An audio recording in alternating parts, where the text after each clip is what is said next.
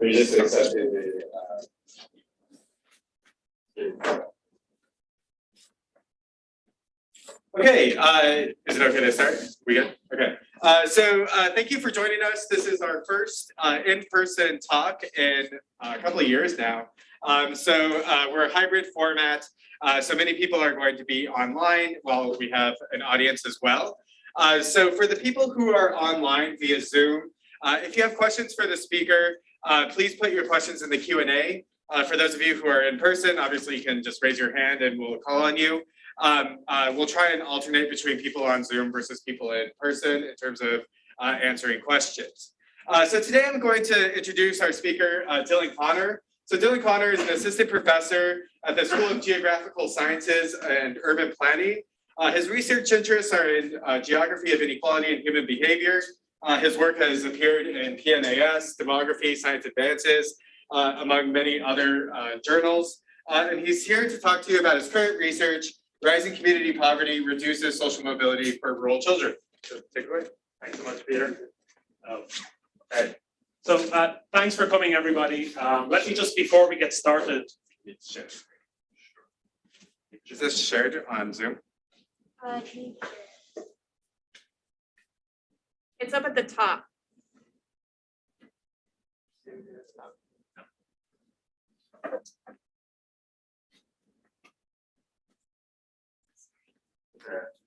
Sorry, technical difficulties, everyone, but we're gonna get it. Share screen. Yeah.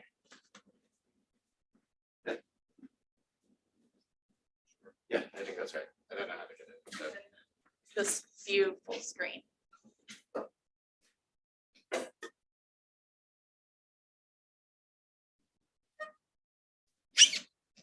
Okay. Thank you so much for coming, everybody. Before I get started, let me just say a couple of thank yous. A big thank you to Ash, Jill, Jessica, and to Peter and the organizing committee for inviting me to be here today. I've heard that you haven't had many in-person talks, so I'm delighted to be kind of one of the first back. I think it's a lot of fun to be meeting people again and giving in-person talks. In addition to thanking you all for being here today, I also just wanted to kind of do a quick acknowledgement of funding. Let me just stop for 1 second. What do I need to do with this replay host? I think stay co-host, yeah. Maybe just minimize that. You can maybe just, yeah, that's great. Difficulties of hybrid. Okay. So let me just do a quick acknowledgement of both my collaborators and the funders of this project. The work you're going to see today is funded from an NIH R21, which is really focused on trying to track trends and transitions and well-being in small places in the United States. So it was a big study of all rural communities in the United States since roughly 1980 up until the present day. So that's where a lot of the work that you're going to see today is coming from. Many of my collaborators are at CU Boulder. I'm based at Arizona State University, so it's a bit of a kind of a cross-institution collaboration. So just to give a couple of slides, just to situate myself and give you kind of the genealogy of where the work you're going to see today is coming from in terms of my own work. So what I focus on is in trying to study how long-term patterns of community change relate to patterns of demography and inequality. So a lot of the work that I've done is really tried to focus on how places change over long periods of time and how those place level changes relate to interpersonal outcomes in many different ways. And so this is a quick snapshot of one study which we published in PNAS, which really focused on the changing geography of social mobility in the United States. So there's been a lot of work recently trying to look at geographic differences and outcomes across many places. And what we've been trying to do is to actually take that to the next step and try to move away from understanding just how the features of places affect outcomes to trying to understand how the trajectories that these places are on over long periods of time have lead or result in disparate outcomes. So just to give a couple of other flavors of different things that we've been working on, so that we have one big project on the changing geography of social mobility, which I told you about. Another project focuses on trying to study long-term patterns of urban development, urban settlement, urbanization over 2 centuries. This is a collaboration with actually Zillow, the online real estate platform. They've been sharing their data in ways that enable us to study these long-term patterns. And then actually here with Peter Catron, we have a whole set of projects around trying to study immigrant communities, particularly in the past. And we have one paper which is fairly far along, in which we're focused on refugee communities and the role of language acquisition in terms of promoting economic mobility among refugees to the US in the past. In addition to my academic work, and this is kind of more for the kind of grad students to kind of talk a little bit about kind of some of the side things you can do as a professor. Over the last 2 years, I've actually been working with an NGO. This is a state agency in Arizona. It's Arizona's only state agency that focuses on early childhood development. And what I've been doing with them is actually using a lot of the tools that you're going to see in this community-focused project to try and better suit their needs. So a lot of what they focus on is trying to provide interventions for many tribal and regional communities across Arizona. And so a lot of the kind of demographic and geographic techniques that you'll see here have been really useful actually for that organization in terms of trying to do the work that they do. And this has actually been one of the most interesting things I've been involved in over recent years. You get a totally different perspective on how our research and what we do actually kind of touches the ground in a lot of different ways. And so I'm happy to come back to that as people want. Okay, so to get into the meat of the talk, let me talk about, firstly, I want to leave you with 2 things today, and I kind of have 2 objectives for this talk, and hopefully that comes out as we move through the work. And the first is, what I really want to press home in terms of the methodology is that community change, particularly as it relates to populations and inequality and health outcomes and many different outcomes, is not something that we understand very well. And so one of the big objectives of this project and of that NIH grant really focused on trying to develop a framework or a set of methods for trying to measure how communities are changing in many different ways over time, and then trying to link those changes to outcomes among people, the people growing up in those communities. And so the first thing I really want to leave you with is this sense of how exactly you might approach community change in a research context, and what are the considerations you need to take into account. The second thing is really the kind of headline finding of the study, which is really that the community changes that we're going to pull out of this project actually have really serious implications for the people who are growing up in these places. And this is something that's not really well enough appreciated, I think, at the moment, this kind of understanding of local change over short and long periods of time and how those translate into outcomes. And that's the second thing I really want to press home is this. These are not just descriptive changes, but they have real implications for the people growing up in these places. Okay, so what we're focused on in this project is really taking rural America kind of as a big picture. If you open up or you go to Google News or to any news site today, you type in rural America economics, you'll meet a whole litany of different headlines or a whole literature of different headlines, which kind of paint a very bleak picture of what's happening in rural places in the United States today. So these are just a couple of headlines. You can see America's forgotten towns. Can they be saved or should people just leave? What is America losing in its small town struggle? Despair and death in small town America. This is an editorial from the Washington Post in 2016 where people were writing in from different communities, giving their sense of what was going on the ground. And this quote says, please visit the Upper Peninsula of Michigan. There are drugs, some people drink too much, there's very high unemployment, but things weren't always this way. So the person was really making this case that it's not some, long-term cultural feature of these places, that actually recent conditions and recent changes have really pushed these communities in certain directions. What's interesting is that as you start to dig a bit deeper, you start to get a much more nuanced picture in terms of rural America. You actually do have to scratch a bit, I think, to start to see these other stories about what could be going on. So another strong narrative in terms of rural places is this idea of the graying of rural America, that rural communities are getting older and older and eventually they'll go out of existence. And perhaps kind of more interestingly or surprisingly, there's this amazing 2017 New Yorker article which is a profile on this place called Orange City in Iowa. And the title of the article is Where the Small Town American Dream Lives On. And what this article was, the story this article was telling was about a place in Iowa where actually it's kind of a small community, it has a local college, but actually things were quite vibrant and people were going on, they were getting good jobs, there were lots of kids around, it seemed like a very vibrant place and really kind of a departure from a lot of the kind of death and despair in the other articles, right, that we saw earlier. And so you have this very interesting kind of mixed picture. And we weren't exactly sure what to make of that, where you should put the weight in terms of how things were going. So the two questions that we're dealing with here are, first of all, thinking about those kind of stories of hardship and death and despair and distress, to ask this question of, well, are these worsening conditions? Are they a typical feature of rural communities in the US? And to what extent is that a common experience across rural places?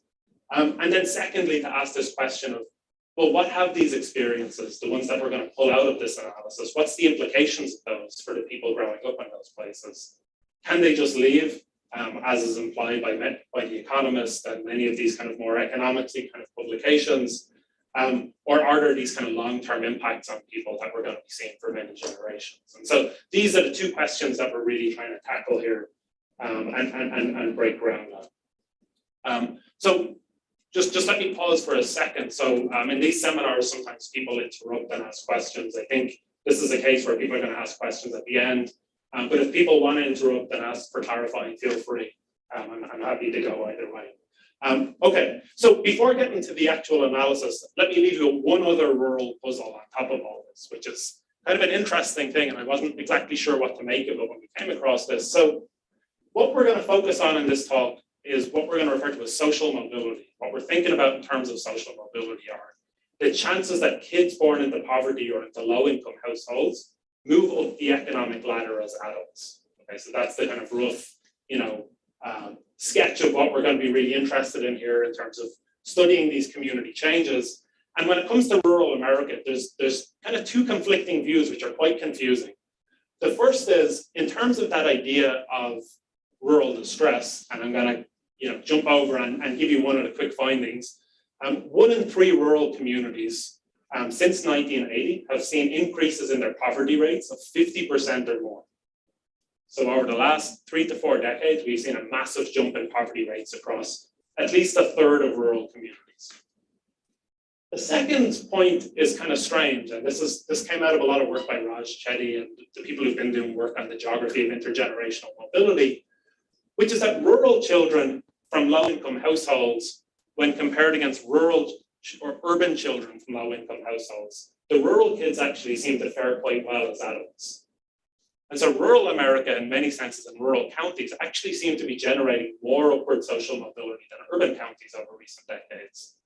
One thing to keep in mind is that that claim is based on where the kids originally grew up, not where they ended up working. So it's also possible that they've moved to other places. But nonetheless, we have this strange puzzle. There's a lot of distress in rural America, but we also see higher rates of upward mobility for rural counties than urban counties. And so that was another puzzle in which we were trying to think a bit more deeply about what could be going on here. So let me just give you a couple of explanations that we'll dig into later.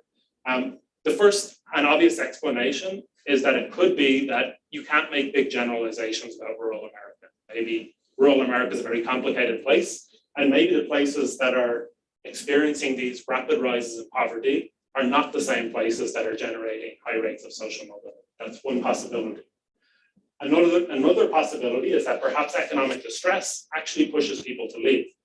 And so those people leave and they move to urban places and then they move up the income ladder. So there's potentially complicated story there and how actually economic hardship relates to long-term social mobility.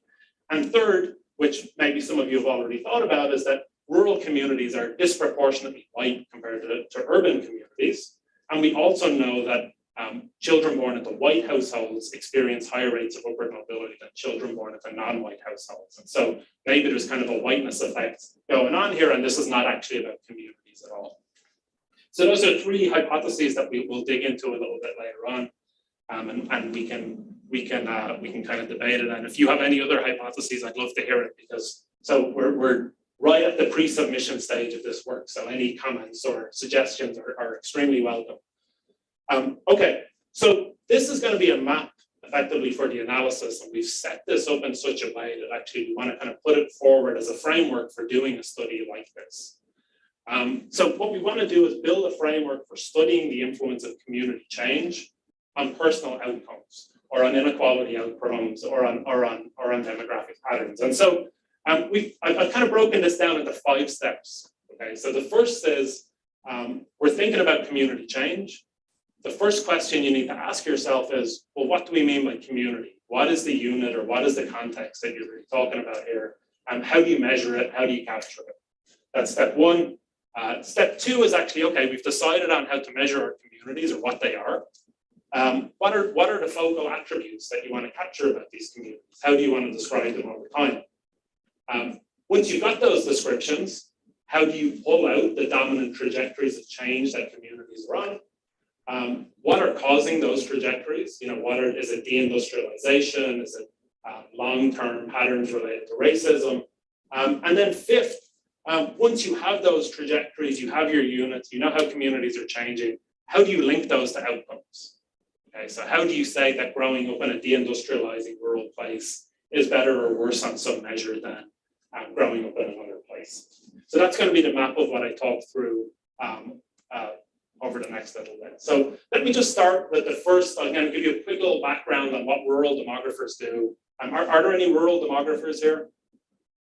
Okay, so I'm not going to annoy anybody in this room. So traditionally, people who do rural demography or do research in this area, the entire field has drifted toward a way of doing research which really focuses on county level differences. So over the last 20 or 30 years, pretty much I would say 80% of rural demographic research has focused on county level differences and county level classifications of urban and rural places. And so what they do is they'll take a county, you can see the brown areas in this map here. These are counties that would be considered to be rural based under the traditional way of doing research.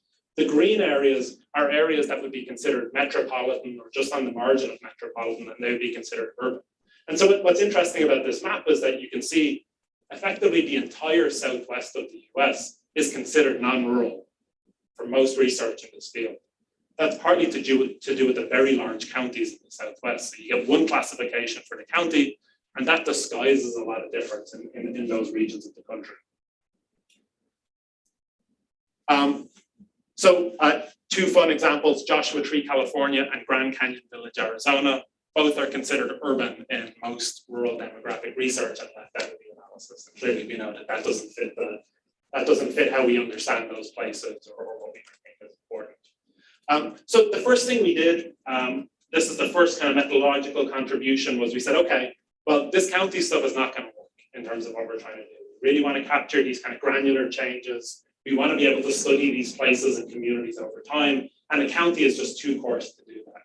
And so with my collaborator, we developed this approach to studying communities at a much finer scale. What we did was, there's a unit that the census produces data at called census places, or incorporated places, or census designated places are another part of it. And while there's 3,000 counties in the US, there are 20,000 counties, or there are 20,000 places. And so they're a much finer unit in terms of trying to characterize particular places. And so what we did was we focused on these 20,000 places, and we worked toward building up a database where we could follow these places over the period from 1980 to 2018.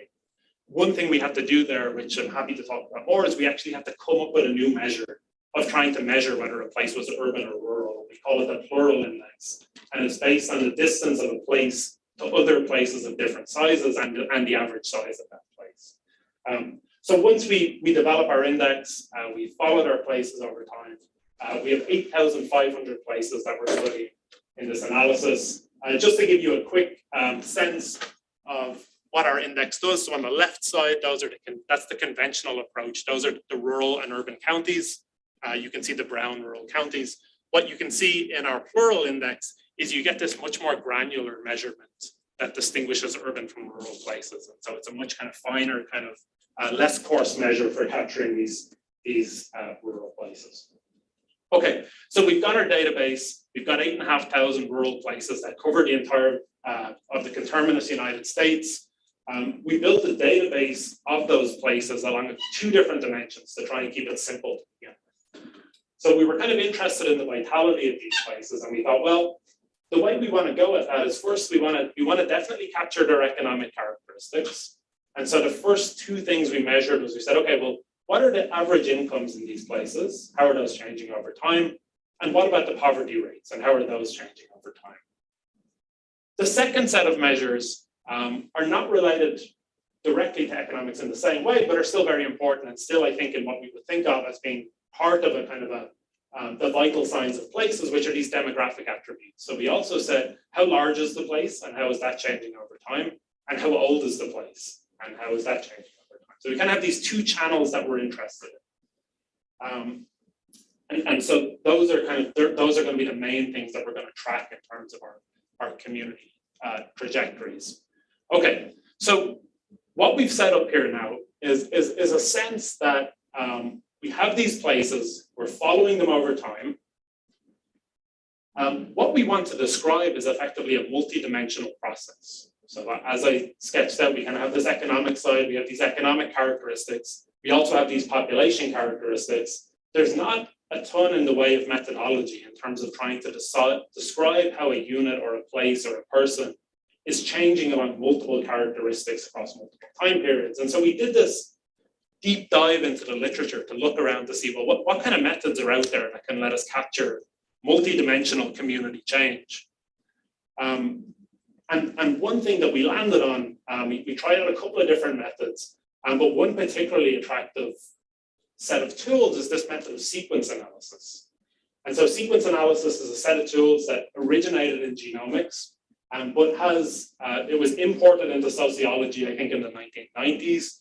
And very recently, it's undergone a resurgence in geographic and spatial research as people try to study how neighborhoods are changing in lots of different ways over time.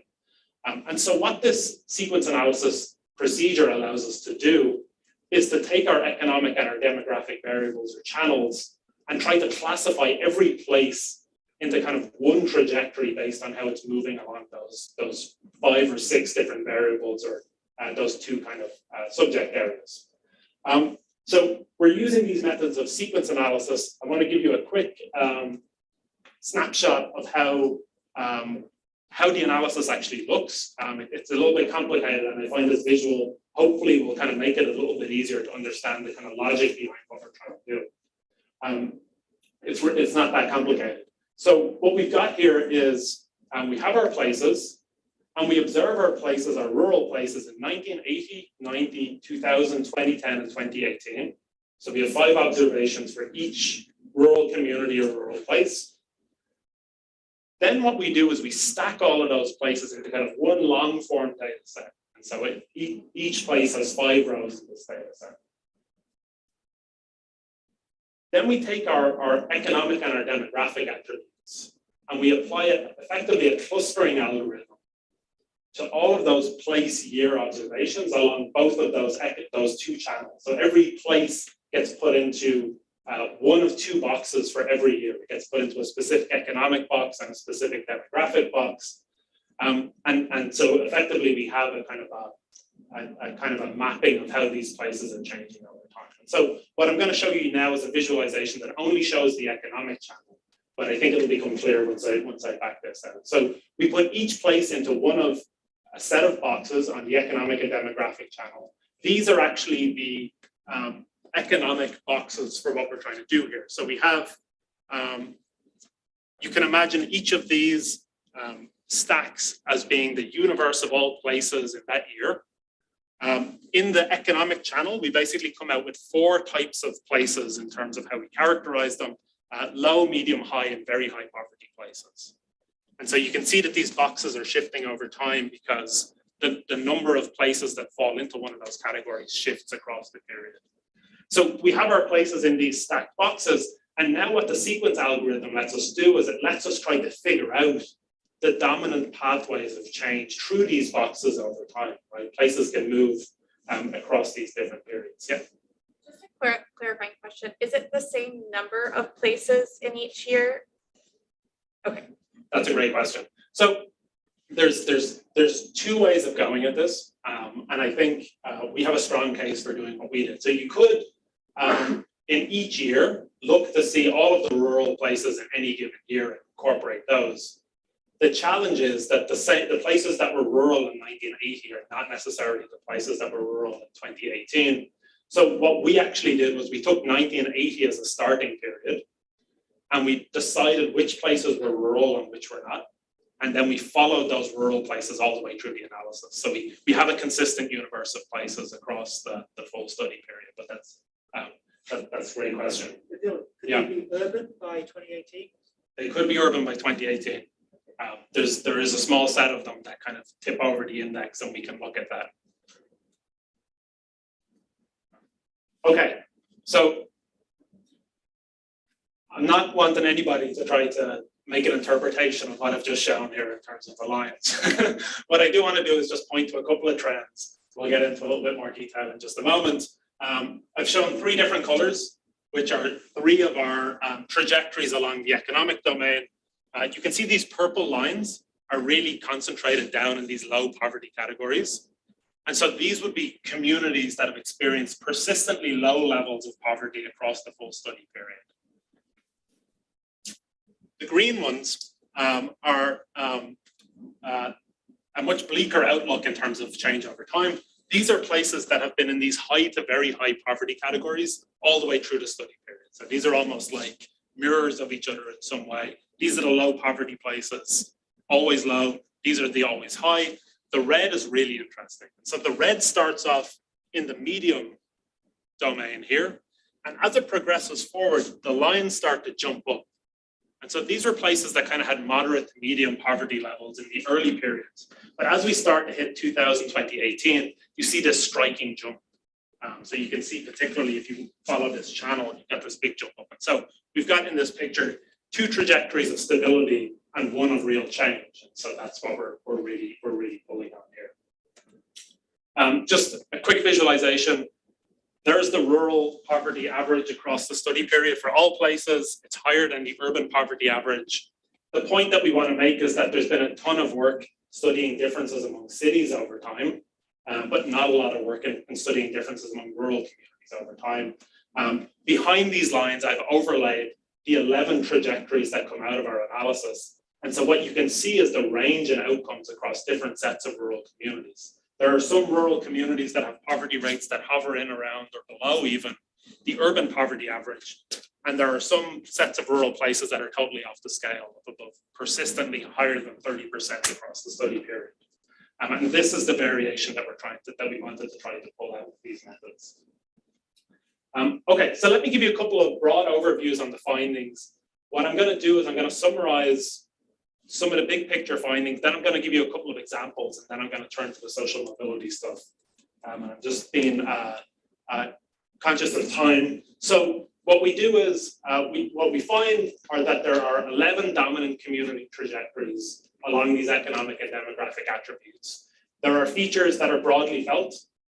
We see widespread aging across all of the trajectories. That's also true for urban areas, it's worth noting.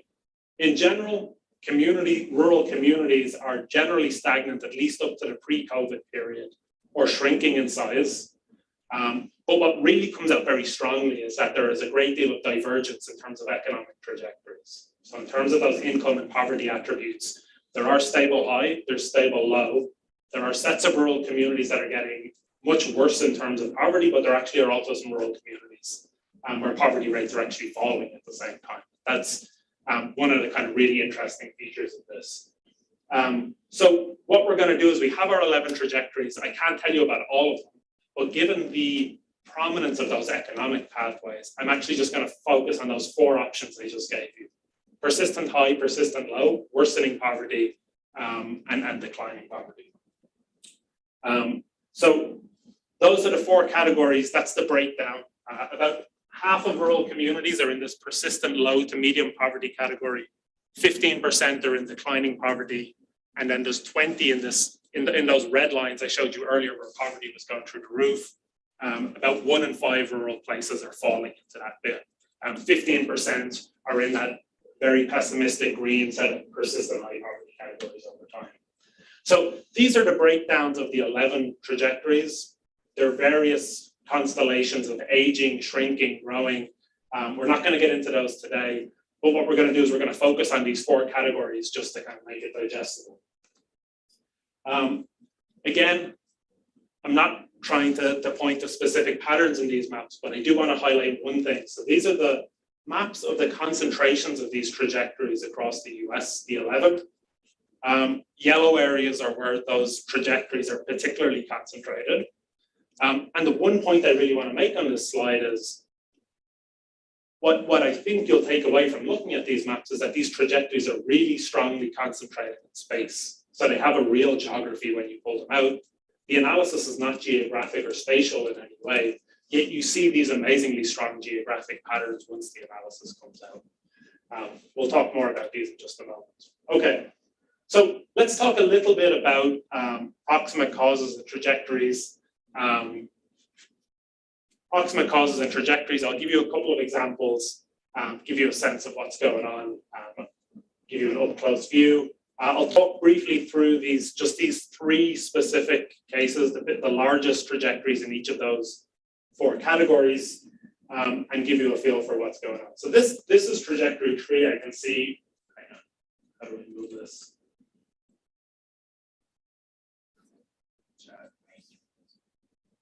I'll just open the chat and close. Okay, thanks. Okay, so these are the persistent low to medium poverty rural communities. So yellow areas is where they're more concentrated. Let me give you a couple of key features. In terms of geography, they have this very strong clustering in the kind of upper Midwest, upper plains, northern, kind of central mountain region of the country. They're by far the widest of the 11 trajectories.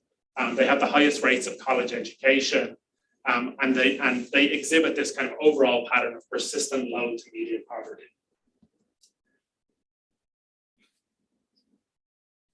And so, Just a quick question, is the purple non-rural areas then? So the dark blue are places that are non-rural. Okay. So that's why you see those around the urban centers.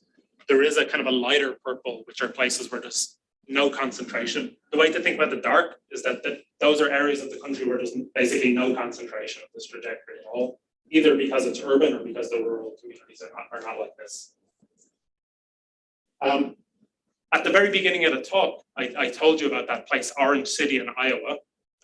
This is one of those kind of, I don't know if you've ever had this, but this is a really nice like ground truthing of the approach. Orange City, Iowa, where the small town American dream lives on, falls right in the middle of this high concentration of this persistent low to medium poverty cluster. So that place, Orange City, directly aligns with what we're seeing in terms of the trajectories, give you a sense of the poverty rates. In terms of people, 6 to 7% of the people living in these places are below the poverty line across the study period.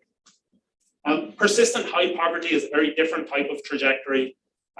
What we see is a really strong correlation or concentration throughout the South. They have average poverty rates of about 30%. Okay, I just talked about 6 to 7% for Orange City, 30% for this trajectory. They have the lowest rates of college graduation.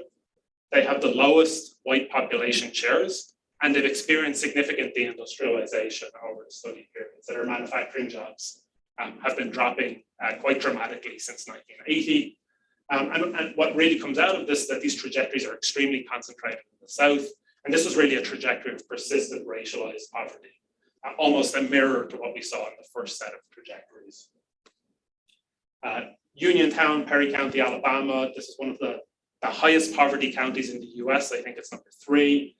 It's been in the news a couple of years ago for a whole set of environmental disasters. Look at these poverty rates for Uniontown and Perry County. Persistent poverty rates of 46 to 50% across the study period. That's almost a 10-fold increase on Orange City that I showed you earlier. Finally, let me touch on this last third trajectory. This is a rapid rise in poverty trajectory. What you can see is kind of, it's a little bit more disparate, this trajectory. What this is really strongly tied to is the loss of industrial jobs. So you can see kind of little concentrations in the South, in the traditional manufacturing belt of the US.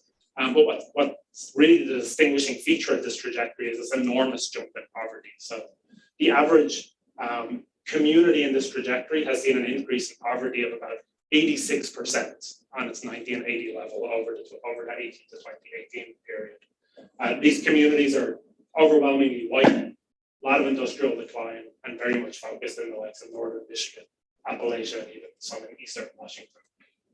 Okay, I included this in the interest of time. I was hoping we could do a little bit of ground truthing. I don't know the geography of Washington very well, but I thought I'd put myself on the line and show you how the trajectories look for Washington. I just want to dwell on this. Maybe we can come back to it afterwards. But the red areas on this are communities that fall into either the increasing poverty or the persistent poverty trajectories. The green areas either have declining poverty rates or lower poverty rates across the study period. So maybe you can take a second, have a look at it, tell me if maybe we can come back and you can tell me if it makes any sense. When I looked at this morning, I noticed this cluster, which I have no sense of what's in this area of Washington. There's a place called Mattawa, Mapton, Royal City. There seems to be a little cluster of high poverty rural communities there. You can tell me if that touches the ground truth in any sense. Okay, so let me transition. I just want to talk a little bit about social mobility and then wrap up. So the goal here then is, so we have our communities. We've put them in these trajectories over time. The real goal is to try to figure out whether these trajectories actually translate into differences in outcomes for the people who are growing up in these places. And so that's the goal. So what we have here is an outcome which is going to be the income level of kids growing up in these communities who grew up in low-income households. So they were living in low-income households in 1980. We want to know where they end up in economic terms as adults. And what we want to do is we want to establish the association between those trajectories those communities were on and those outcomes, and control for a whole bunch of different characteristics. So what we're going to control for, just to give you a sense, is the average education level, the industrial structure. We even pulled in the historical social mobility rates for those places from the 1900 to 1940 period, really to try to nail down that these trajectories actually matter and have an impact on what's going on. Let me give you a couple of summaries. So I'm going to show you a couple of different measures, just going to walk through a table. Then we'll do one more figure and then we'll wrap up. So what we've got here in the first column are the percentage of kids who are born into low-income households in these communities who end up in the top 20% of the US income distribution. What I want to point out, so in these first two sets of trajectories, these are those higher or worsening poverty trajectories, you see percentages in the range of 8 to 10%. In those persistent low to medium poverty trajectories, you're looking at a number like 13%, which is based on the persistent high poverty trajectory is over a 50% difference in the shares of these kids moving up the economic ladder. One concern might be, as I pointed out, those persistent high poverty communities are heavily concentrated in the South. So how do I know that this isn't just a story of race rather than community change? Well, when you focus on whites only growing up in those communities, you do see a shrinkage in the difference, suggesting that race certainly matters, but the differences largely persist across the different communities. So even if you're a kid growing up in a white household in one of those persistent high poverty places, you also see highly curtailed upward mobility outcomes. One last point that I just wanted to highlight on this table is that one question is, well, couldn't these people just be moving away? So that's one question that, how do you know it's about the community? Maybe they're just moving to the nearest city. What's really interesting is that when you focus just on the kids who don't leave their community and who stay in place, you also see very similar differences. There's a bit of a difference in the measures here because of data availability, but the pattern holds among migrants and non-migrants alike, and the outcomes are very similar. So that's non-movers at all. Like they didn't move. If the unit of analysis is that community, they didn't move out of their community at all. So what we know is that they're still living in their county when they're at the county they were born in when they're adults. And so it is possible that they made a short move, But in general, we split it out by did you leave your county or not? And that's what you see is a very similar pattern across the board. When You know, if they went to college, came back. that we don't know. So that's definitely possible, but at least on this was the best we could do in terms of the split, and it looks like the pattern holds for migrants and non-migrants. What's really interesting, I just want to highlight this finding. So in terms of who's moving and in what quantity and how many of them, one thing that I was or that we weren't sure of was, well, maybe mobility would be higher in these high poverty places because everybody leaves. What's really interesting actually is that the highest out-migration rates are actually out of places with low poverty. And so there's almost like a stuck in place kind of effect here where people in these very high poverty communities who would appear to have the most to gain from moving don't do so. So there's this kind of consistent pattern across all of these measures. I'm not going to dwell on this too long. I just want to point out one pattern. First two sets of coefficients we're going to show here. This is all of the controls we could throw at this. The y-axis is the upward mobility measure we have. The first four coefficients are those low poverty or those high poverty contexts. You can see low levels of social mobility here, and those are the high poverty community. So there's this real, no matter what you control for, throw into this model, you have this really persistent community context effect, and that really comes through very strongly. Okay, so let me wrap up. So in terms of our findings for the specific analysis, what we're seeing is this very strong relationship between rural community poverty and curtailed upward social mobility. It doesn't matter whether it's persistent long-term poverty or rapidly rising recent poverty, which is very concerning. You see the same effect for the most part.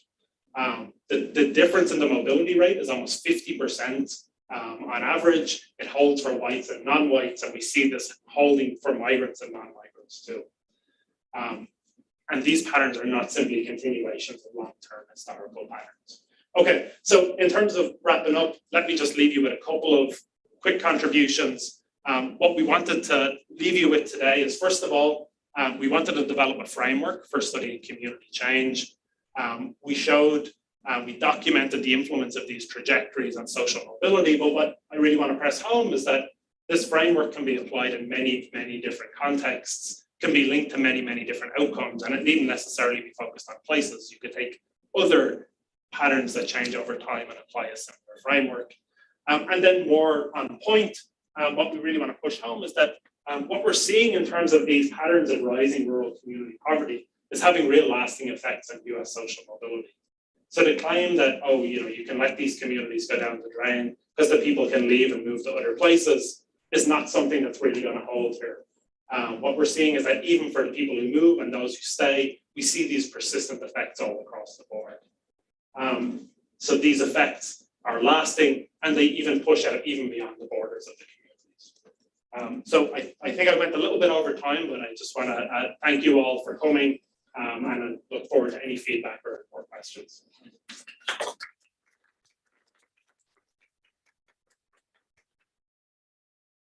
Okay, so just to remind you, if you have questions and you're online, please put it in the Q&A box. And if you guys have questions in person, just raise your hand. Hopefully we can go through it. So yeah, go ahead. Yeah, so I do a lot of work with census data at the county level, and I'm just curious if you could talk about like the different census units of analysis that you use to construct your estimates, since I know like that can be challenging at smaller areas of geography.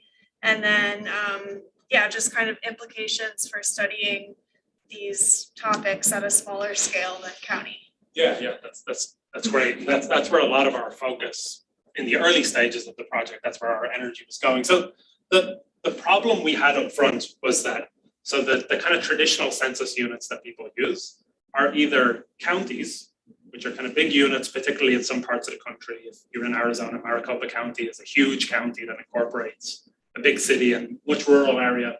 And then the next kind of standard unit that people jump to is the census tract.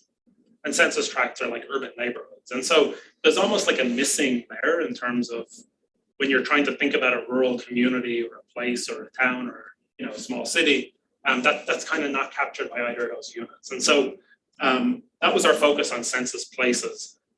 One of the real challenges there is that census places have not, because they haven't been used as much as the other two units, there's like extra work that needs to be done to try to particularly build a longitudinal sample. So we did a lot of manual work of looking for places that were split into two places and trying to join them back together because they got too big.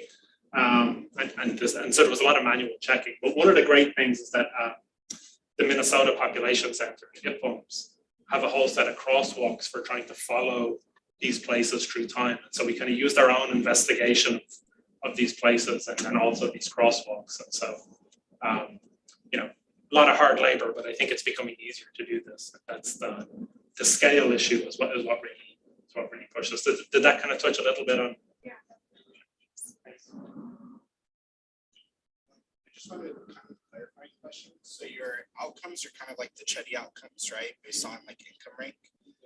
The trajectories though, like the unit of analysis is your community places, right? So it's like community places on counties, correct? So, okay, so what's great with there's a couple of things here. So For the, just in case, what was that? can you repeat the question for the? Oh, I'm sorry. So the question was, the mobility estimates are based on Opportunity Insights and Raj Chetty's group who've published online mobility estimates. How did we make those work for the place and where's the mismatch? So one of the great moves that Opportunity Insights have done quite recently is they've actually published their estimates at the census tract scale now. And so the census, so what that does is it gives us a much kind of finer measure to be able to try to remeasure that actually to our places. So Opportunity Insights have published those mobility estimates in lots of detail at the census tract scale, which is finer than our places.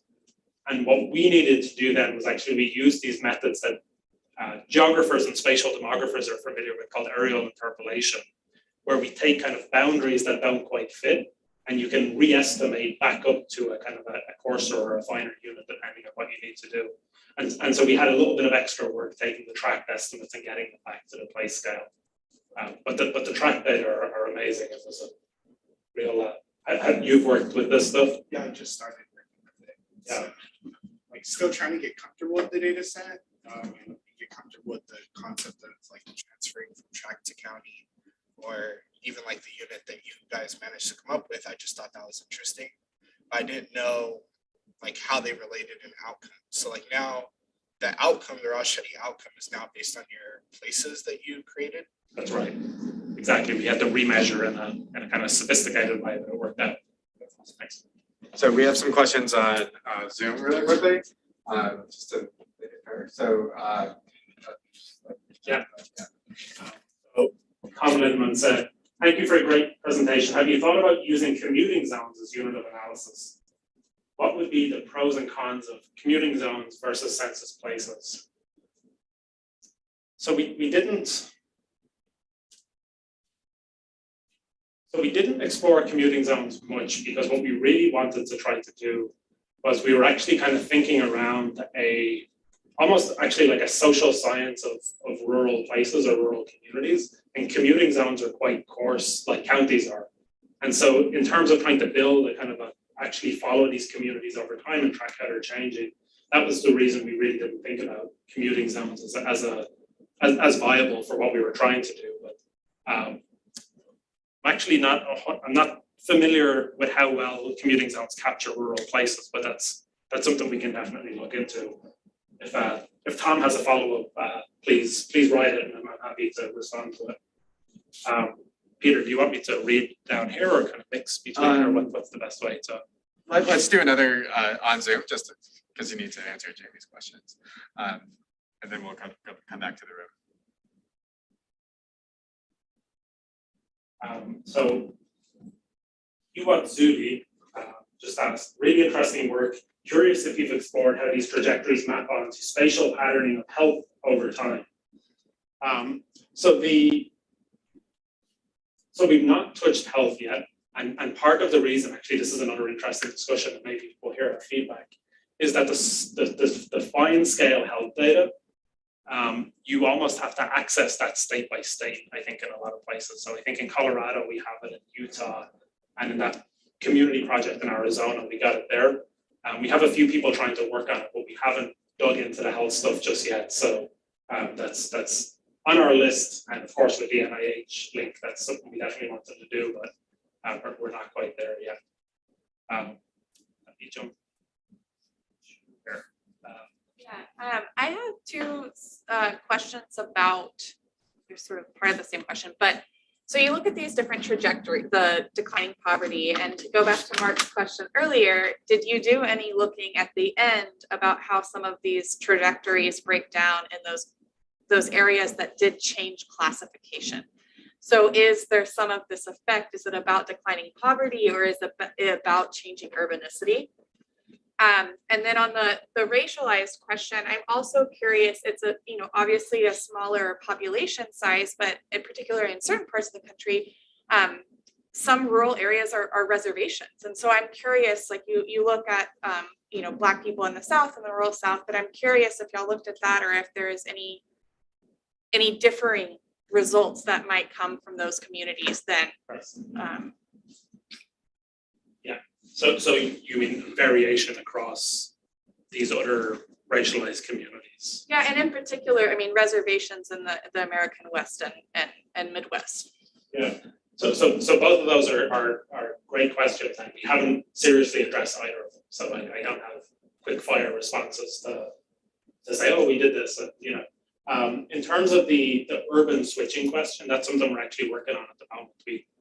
We included the urbanness as kind of a regression control type thing. It didn't seem to really make a difference, but we haven't actually said, okay, what if you split out these urban places from the places that become urban, split them out from the rural places? Do you see any serious differences there? So that's one of the things that's on the wish list. We actually haven't, in terms of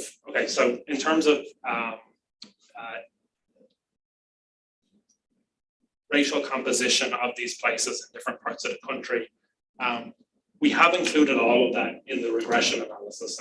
That's what that tells us, is that the community trajectories are not simply a function of these racial composition differences, but what we haven't done is we haven't split it out to see, okay, if you look at the Hopi Reservation in Arizona, do you see differences from these communities in the South? And that's something that's really interesting, and we can definitely dig into that a bit more, but we haven't done it just yet.